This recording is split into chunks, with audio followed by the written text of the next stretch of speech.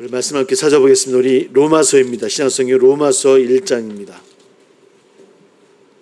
로마서 1장 1절부터 7절까지 말씀. 신약성경 로마서 1장 1절로 7절입니다.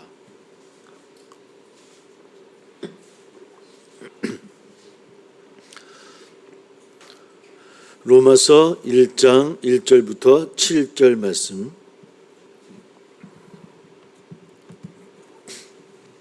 우리 같이 함께 봉독하겠습니다. 같이 시작.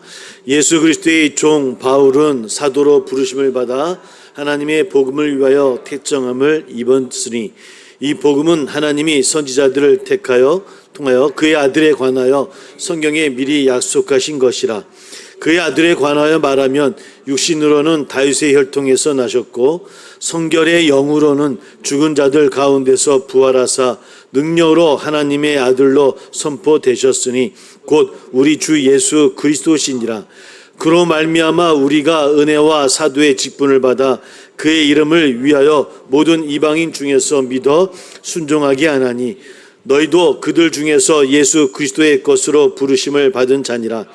로마에서 하나님의 사랑하심을 받고 성도로 부르심을 받은 모든 자에게 하나님 우리 아버지와 주 예수 그리스도로부터 은혜와 평강이 있기를 원하노라. 아멘. 신명기에 한 줄을 좀 더 할까 하다가 뒤에 너무 그냥 법으로만 쭉 적혀 있어서 저도 너무 재미가 없었고 들으신 분들이 너무 재미가 없겠다. 그래서 신명기 마지막 꼭 한번 읽어봐 주시고요. 로마서와 에스겔 두 책 가운데 어떤 책을 할까 하다가 구약을 좀 했으니까 신약을 로마서 좀 어렵습니다. 로마서가 사실은 설계하는 사람 입장에서는 구약이 편합니다. 구약은 딱 정해져 있기 때문에요. 연도도 그렇고 그냥 이야기하듯이 하면 되는데 신약은 이게 풀이가 좀 있어야 돼서 묵상하기도 참 어려운 말씀이긴 한데 로마서 예전에도 한번 했던 것 같은데 다시 한번 찬찬히 초반부는 좀 말씀을 따라 읽으면서 마지막에 묵상을 해나가는 그런 방식으로 로마서를 함께 나눠보려고 합니다. 로마서는 뭐 여러 가지 별명이 있는데 저 어마무시한 그런 별명들이 있습니다. 보통 복음의 진수, 정수, 그러니까 복음을 이야기하면 신약에서 이 로마서를 이야기할 정도로 로마의 그 복음의 진수하면 굉장히 어마무시한 그런 별명이죠. 그러니까 복음하면 로마서다라고 하는 별명을 갖고 있습니다. 또 신약의 다이아몬드라고 하는 그런 별명도 있을 정도로 아주 로마서 하면 신약에서 로마서는 빼낼 수 없는 책 가운데 한 군데입니다. 우치무라 간조라는 일본의 그 신학자 목회자 그분이 그런 얘기를 했어요. 이 로마서는 역사를 만들고 역사를 변화시키는 책이다라는 그런 표현을 했던 기억이 나요. 역사를 만들고 역사를 변화시키는 책 맞습니다. 그러고 보면 역대 2000년 동안 많은 신학자들이 있었고 교회학자들이 있었는데 그들의 변화되어지고 그들이 다시 서는 계기들이 이 로마서를 통해서 많이 그랬다는 겁니다. 우리가 알고 있는 어거스틴, 아우구스티누스라고 얘기하죠. 어거스틴, 그분도 만유교도 빠져 여러 가지 많이 빠져봤지만 결국은 로마서를 통해서 다시 신약을 집대성하게 되어지는 그분도 그랬었고요.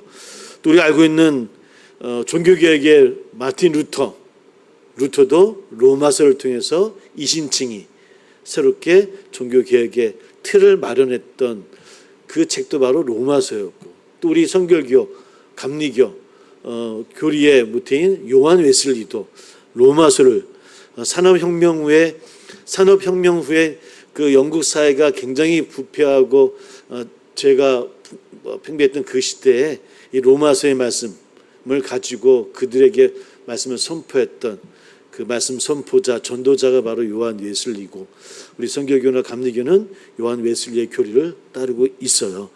그만큼 로마서는 복음의 진수이기도 하고 성경의 다이아몬드라는 별명을 가질 만큼 굉장히 중요한 그런 책이기도 합니다. 역사를 만드는 책이기도 하고 역사를 변화시키는. 그러고 보면 아까 말씀드렸던 그분들을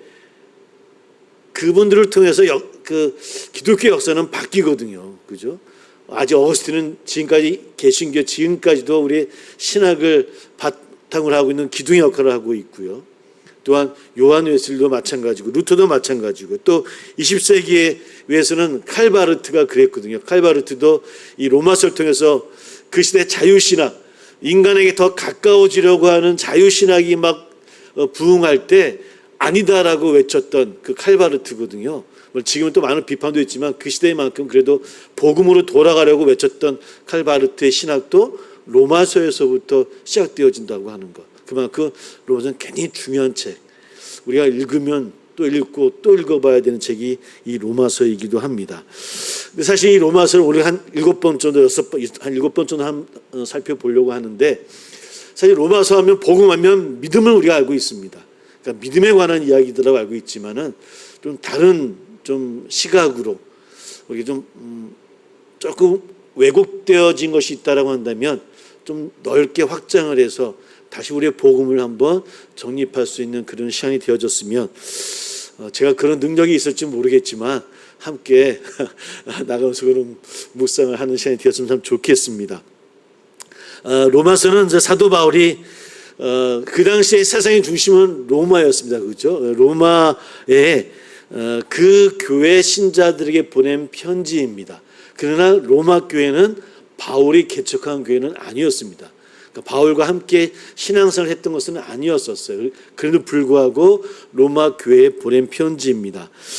편지의 목적은 땅 끝까지 말씀을 전하셨던 그 말씀에 따라서 뭐 사도 바울도 그렇고 많은 사도들도 마찬가지고 땅 끝까지 말씀을 전하려고 노력했거든요. 근데 그 당시에 땅 끝은 어디였을까요? 그 당시에 땅 끝은 로마의 끝인 거예요. 쉽게 해서 스페인, 뭐 동쪽 북쪽을 해야 될까, 동북쪽을 해야 될까요? 그쪽이 로마의 끝쪽인데 서바나라고 한번 읽어보시면 나와요. 그죠? 그 지명이 서바나. 이 서바나가 바로 스페인을 뜻해요. 그러니까 이 스페인을 가는 중에 필요한 어떤 재정, 좀 도움을 받기 위한 목적으로 이 로마서를 쓰고 그 목적을 이야기하기 위해서 복음이 무엇인가에 대해서 설명하는 내용이 바로 이 로마서의 내용이에요. 그러니까 서바나를 향해서 가기 위한 선교의 계획이 있었고 선교의 계획을 이루기 위해서 로마 교회의 도움이 필요했고요. 그 도움을 구하기 위해서 그 선교하기 위한 그 복음이 대체 무엇인가라고 하는 것을 설명하기 위한 책이 로마서다. 라고 우리가 저 좀 배경을 이해하고 들어가면 될 것 같습니다. 우리 한번 1장 13절을 한번 읽어볼게요. 읽지는 않았지만 13절을 읽어보겠습니다. 1장 13절. 함께 읽어볼게요. 같이 시작. 형제들아, 내가 여러 번 너희에게 가고자 한 것을 너희가 모르기를 원하지 아니하노니 이는 너희 중에서도 다른 이방인 중에서와 같이 열매를 맺게 하려 함이로되 지금까지 길이 막혔도다. 먼저 뭐라고 얘기하면 사도 바울이 여러 번 어디로 가고자 했었다고요? 로마를 가고자 했었지만 길이 막혔었다라고 이야기를 하고 있어요.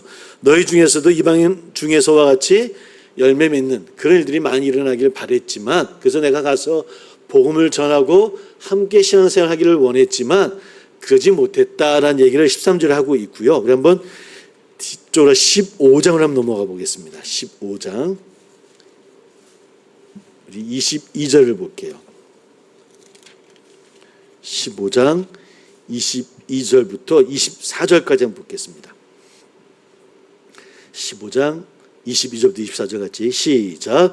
그러므로 또한 내가 너희에게 가려 하던 것이 여러 번 막혔더니 이제는 이 지방에 일할 곳이 없고 또 여러 해 전부터 언제든지 서바나로 갈 때 너희에게 가기를 바라고 있었으니 이는 지나가는 길에 너희를 보고 먼저 너희와 사귐으로 얼마간 기쁨을 가진 후에 너희가 그리로 보내주기를 바람이라.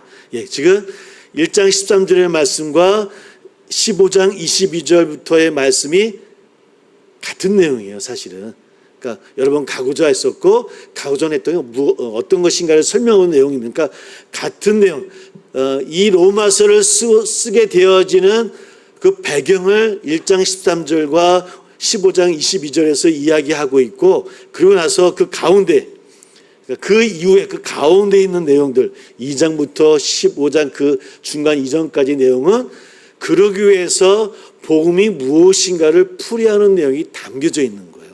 이걸 보통 샌드위치 구조라고 이야기를 하거든요. 문학적인 구조를 이야기할 때는. 그러니까 중요한 얘기를 양쪽에 해놓고서 그 가운데서 그것을 설명하는 내용. 이런 식으로 로마서가 구조가 되어져 있다라고 하는 것이고요. 우리 한번 24절을 보면 이런 말씀이 있습니다. 이는 지나가는 길에 너희를 보고 너희와 사귐으로 얼마간 기쁨을 가진 후에 너희가 그리로 보내주기를 바람이라. 아까 처음에 말씀드렸던 내용이 그들에게 필요한 재정과 도움을 얻고자 라고 말씀드렸잖아요. 바로 그런 내용입니다. 너희가 그리로 보내주기를. 그러니까 바울이 로마 성도들과 함께 친해지고 사귀고 함께 신앙생활하고 복음을 나누는 것 가운데 그러고 나서 나를 누가 보내줬으면 좋겠다고요? 여러분들이 로마 교회 성도 여러분들이 나를 좀 보내줬으면 좋겠습니다. 여러 가지 갈 수 있도록 여러 가지 제반 사항들을 좀 받쳐주었으면 좋겠습니다라는 그런 내용이에요. 그러니까 목적이 뭡니까? 로마서는 그러니까 서버나 스페인으로 가기 위해서 로마 교회 성도들에게 복음을 전파하고 복음이 무엇인가를 가리키고 그걸 깨닫고 나서 그러고 나서 그 함께 선교 계획을 가게 되어지는데 내가 대신 갈 테니 나를 좀 도와줘야 되겠습니다 라고 하는 내용이 바로 로마서의 내용이라고 하는 겁니다. 이것이 로마서가 갖고 있는 구조고요. 그 가운데 1장 18절부터 15장 21절까지는 그런 복음이 무엇인가에 관한 내용이 나오고 있습니다. 우리 한번 1장 다시 한번 1장 넘어가서 16절 17절 읽어볼게요. 16장 17절. 예, 좀 천천히 따라오시면서 함께 읽었으면 좋겠습니다. 1장 16절 17절 같이 읽어볼게요. 시작. 내가 복음을 부끄러워하지 아니하노니 이 복음은 모든 믿는 자에게 구원을 주시는 하나님의 능력이 됨이라. 먼저는 유대인에게요 그리고 헬라인에게로다. 복음에는 하나님의 의가 나타나서 믿음으로 믿음에 이르게 하나니 기록된 바 오직 의인은 믿음으로 말미암아 살리라 함과 같으니라. 예, 우리가 너무나 잘 알고 있는 그죠? 우리 저 학생 때는 그 수련회 가면은 이 말씀을 외워야만 밥을 주고 암송하라고 했던 그런 말씀이기도 합니다. 의인은 믿음으로 살리라. 그래서 이 말씀이 꼭 사실 이 16절 17절이 로마서의 주제라고 보시면 돼요. 그러니까 로마서 주제문 요약문이라고 할까요? 주제문 요약문이라고 이야기도 괜찮을 것 같습니다. 그러니까 로마서의 모든 이야기는 이 두 절에 다 담겨져 있고 이 두 절을 이후부터 15장 21절까지 그 내용이 무엇인가를 설명하는 거예요. 16절 17절 지금 읽어봤는데 뭐가 주제일 것 같습니까? 이 말씀에 우리는 너무 로마서를 이야기하면 믿음이라는 단어가 그냥 자동적으로 따라옵니다. 우리 개신교인들은, 우리 기독교인들은, 특별히 종교 이외의 개신교인들은 로마서 하면 곧 믿음, 복음은 곧 믿음 이렇게 따라와요. 그래서 16절 17절을 읽어도 이 주제문의 중요한 단어는 믿음이야 라고 우리는 보통 이야기하는데 좀 다른 시각으로 봤으면 좋겠어요. 우리 한번 17절에 보면 이런 말씀이 있어요. 복음에는 하나님의 의가 나타나서 라고 그러죠. 하나님의 의, 그러니까 저와 같이 나가야 될 텐데 하나님의 의라는 단어에 우리가 좀 집중을 하면서 로마서를 읽으면 좋을 것 같아요.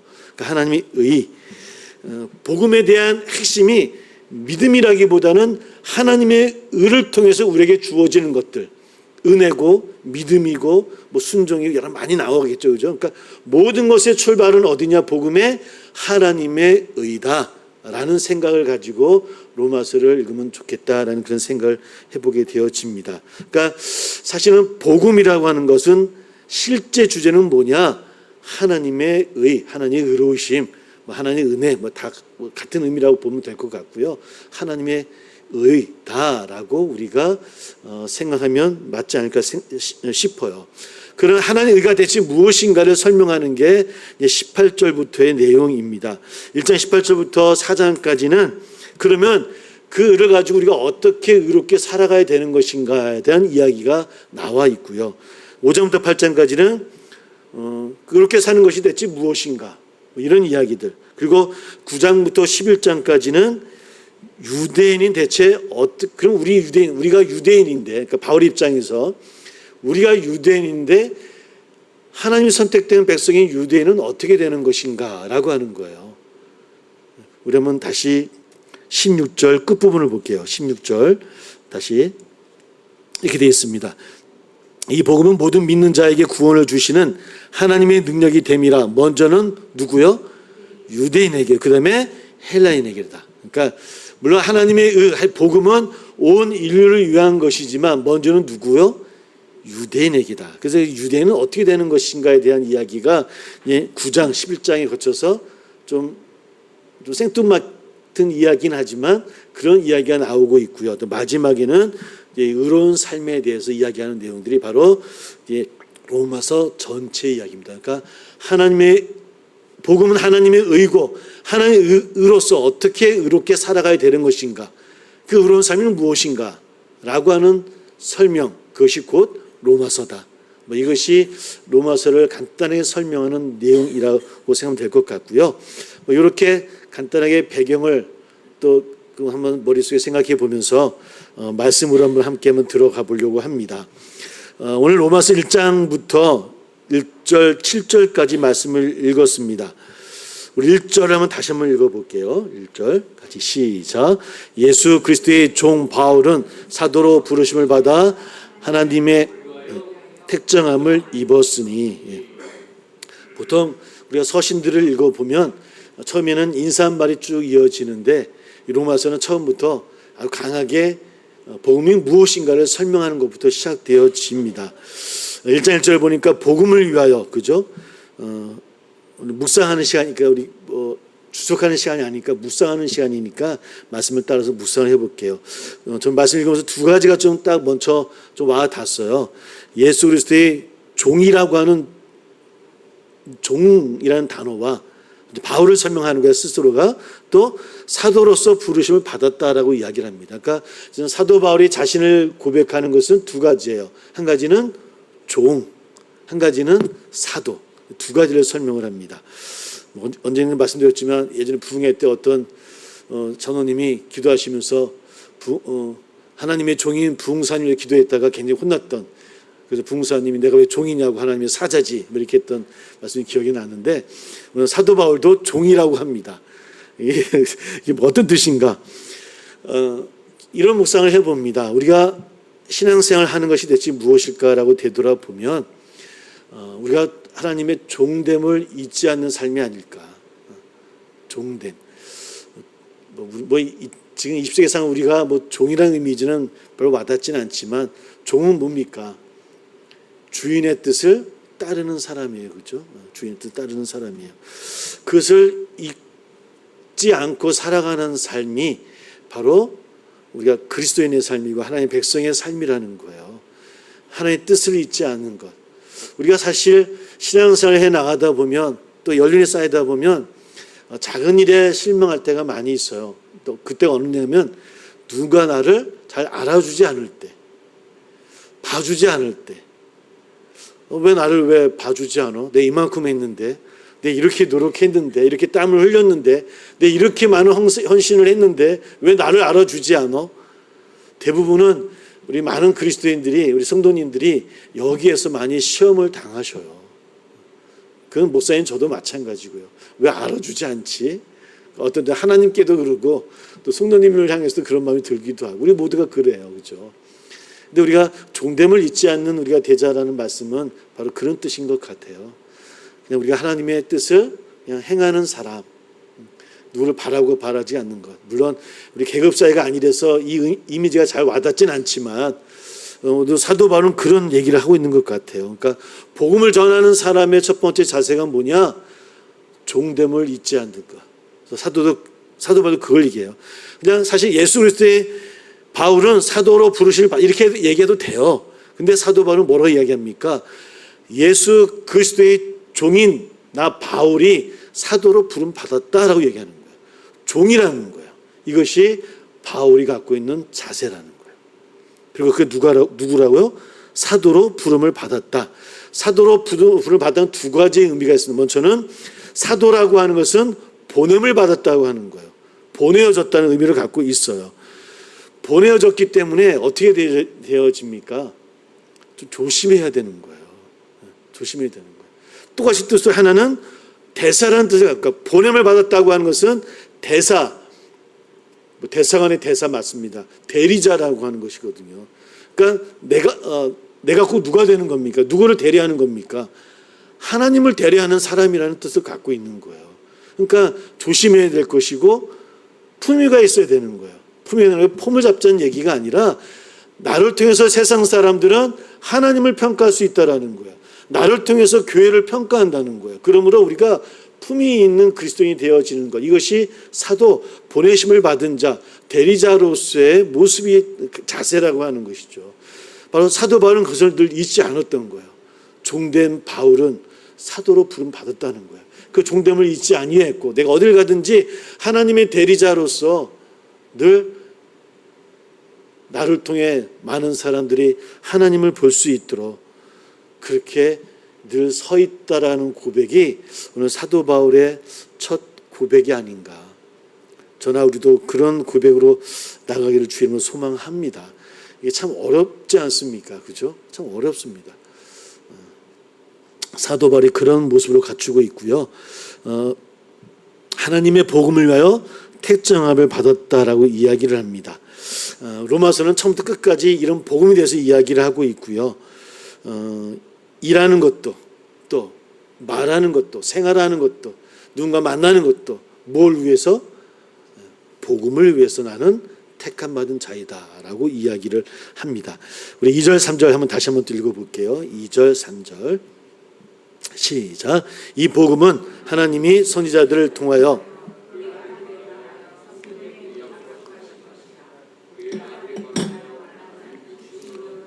혈통에서 나셨고, 거기서 봅니다. 하나님의 선지자들을 통하여 그 아들을 관하여 성경이 미리 약속하신 것이다 라고 이야기합니다. 그러니까 선지자들이 미리, 구약의 선지자들이 미리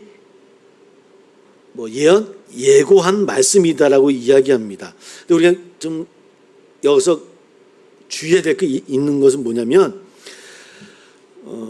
구약에서 예언했던 메시아는 공의와 또 사랑과 평화를 이루시고 정의와 공의로 다스리는 메시아입니다. 근데 신약에서 바라보는 메시아는 십자가를 지시는 예수님이세요. 물론 구약에도 십자가를 지시는 메시아의 예언이 있지만 한두 군데뿐이고 대부분 모든 예언서나 선지서를 보면 예고된 메시아의 모습은 사랑과 평화를 이루는 메시아이고 공의와 공의로 다스리는 메시아예요. 그러니까 다스리는 메시아 상이 더 강한 것이 유대인들이 갖고 있었던 메시아 상이에요. 그러니까 우리 사복음서에서 메시아 상은 많은 이야기를 나눠봤잖아요, 그죠? 제자들도 마찬가지고 예수님이 이야기하는 메시아 상과 제자들이 이야기하는 메시아 상이 틀려요. 근데 제자들이 이야기하는 메시아 상은 그 당시 모든 유대인들이 갖고 있었던 메시아 상이에요. 다스리는 왕이에요. 그러니까 그 왕은 어떤 왕입니까? 강한 왕이에요. 권력이 있는 왕이에요. 로마를 물리치고 유대 땅을 회복시킬 수 있는 왕을 이야기하는 거예요. 그러니까 그들의 생각들이 틀린 것은 아니었어요. 왜? 오랜 기간 동안에 구약에 예고된 그 메시아를 기다렸고 그 기다리던 메시아는 곧 다스리는 왕, 권력이 있는, 힘 있는 왕이었다고 하는 거예요. 그러나 신약에서 주님께서 말씀하시는 메시아상은 아니라는 거예요. 십자가의 죽음을 예고하는 거예요. 우리를 위해서 십자가를 메시고 피를 흘리시는 어린 양의 모습을 갖고 있는 그 예수님, 메시아를 이야기하고 있다고 하는 것. 그러니까 우리 그거를 좀 잘 이해하고 말씀을 읽으면 좋을 것 같아요. 그러니까 지금 선지자들을 통해서 그 아들의 관하여 성경이 미리 약속하신 것이라고 이야기할 때는 구약에서 이야기했던 유대인들이 알고 있었던 메시아의 모습들을 그래서 그들은 강한 메시아를 기다리고 있었다라고 하는 것을 우리가 하면 좋을 것 같고요. 이 복음이라는 단어는 뭐 복음이라도 주님의 이런 단어들은 사실 그 당시에 황제를 향해서만 사용하던 단어인데 우리 신약에서는 주님께 사용하고 있는 것이고요. 또 뭐라 적혀 있습니까? 그의 아들에 관하여 말하면 육신으로는 다윗의 혈통에서 나셨고라고 이야기합니다. 그러니까 다윗의 혈통, 다윗의 씨에서 나온 왕이다라고 이야기합니다. 근데 우리가 한번 구약 말씀을 다시 한번 쭉 한번 살펴볼게요. 생각해 볼게요. 사실은 이스라엘 역사에서 다윗의 혈통으로 나라를 다스린 것은 없어요. 솔로몬밖에 없어요. 사실은 다윗의 혈통으로 나라가 부강해졌다거나 뭐 그랬던 적이 없어요. 멈춰요, 사실은. 그러니까 그러면 그 예언이 지금 맞은 겁니까? 틀린 겁니까? 그러니까 예수님 오시기 전까지는 구약에서 예언했던 이 말씀은 사무엘 하에서 한번 찾아보겠습니다. 우리가 사무엘 하. 우리 한번 사무엘 하 7장을 한번 찾아볼게요. 7장 12절부터 13절까지.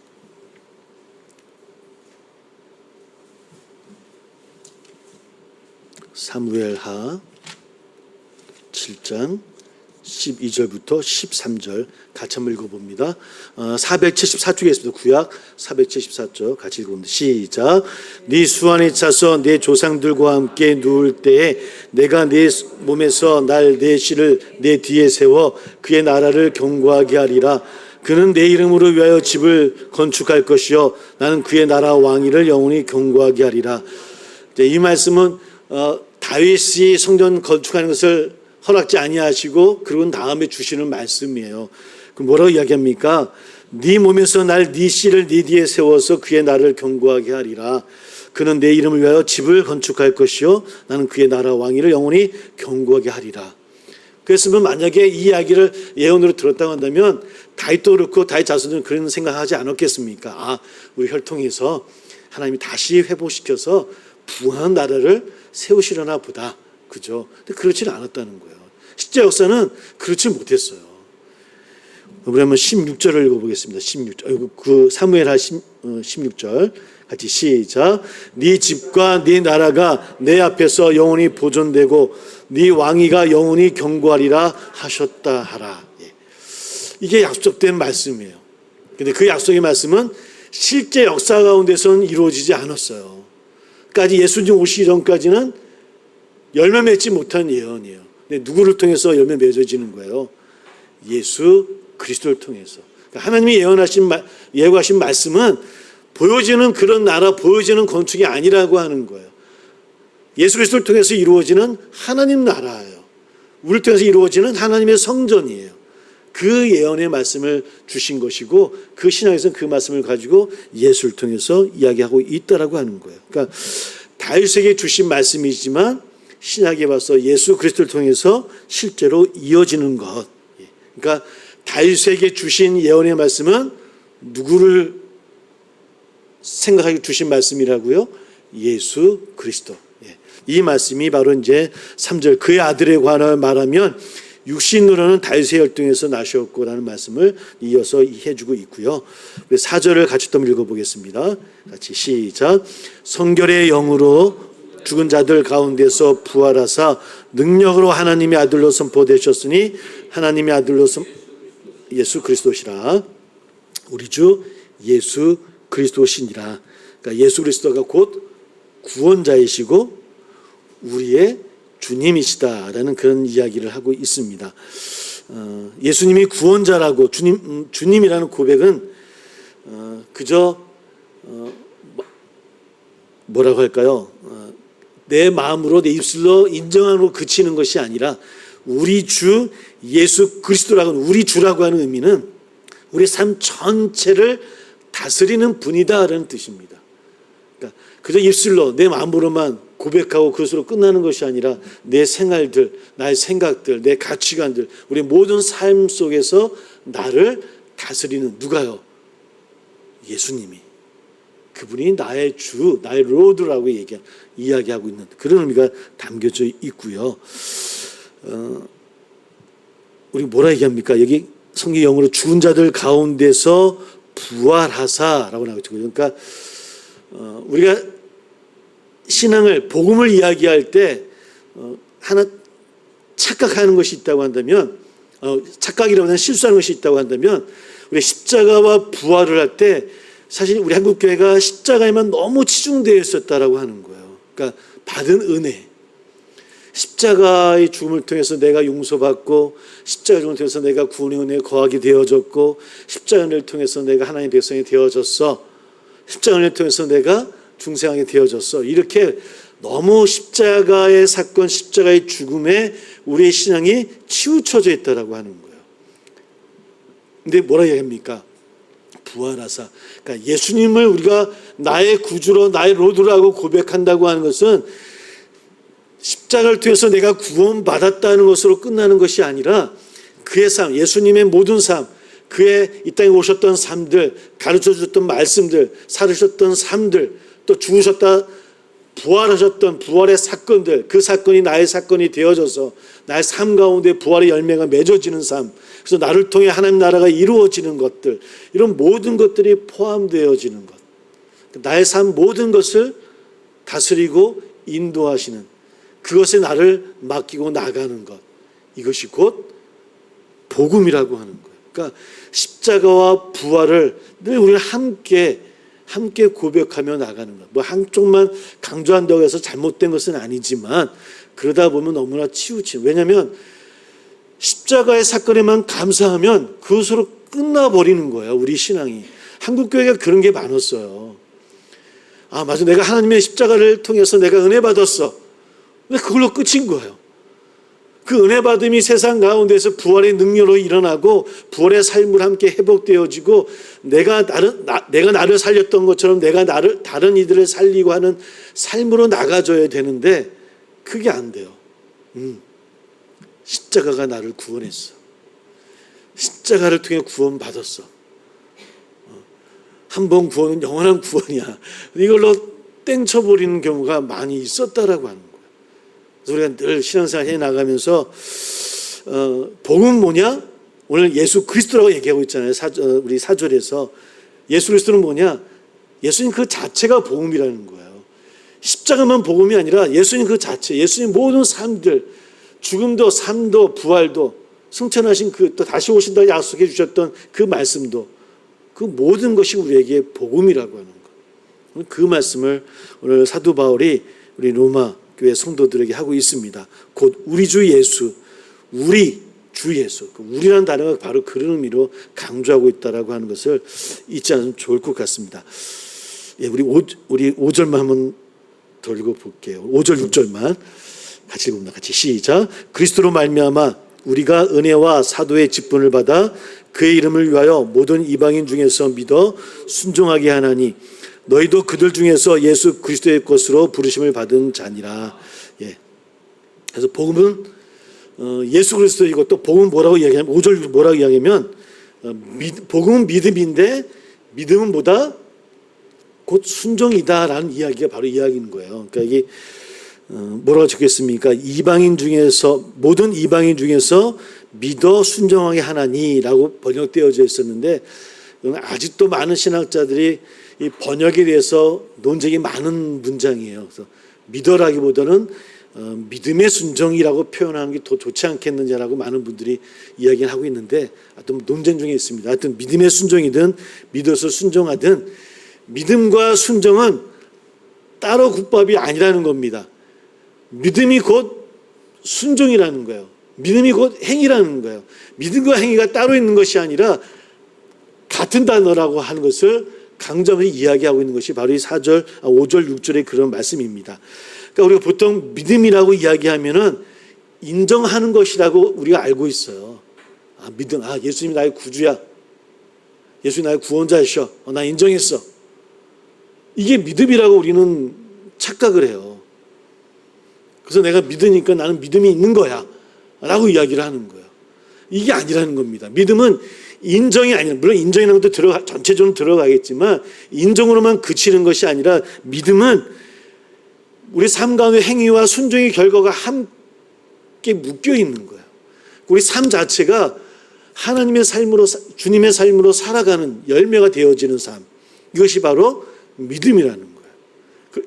그것이 곧 예수 그리스도이고요, 그것이 하나님의 의로서 이루어지는 삶이라고 하는 것을 이제 뭐 다음 주도 계속 그런 이야기를 하게 되어지지만 바로 그걸 강조하고 있어요. 그러니까 우리가 믿음이라고 하는 것을 인정만 하는 것으로 받아들여지게 되어지면 너무 수동적이 되어지는 거예요, 우리 신앙이. 근데 그렇지 않다라고 하는 거예요.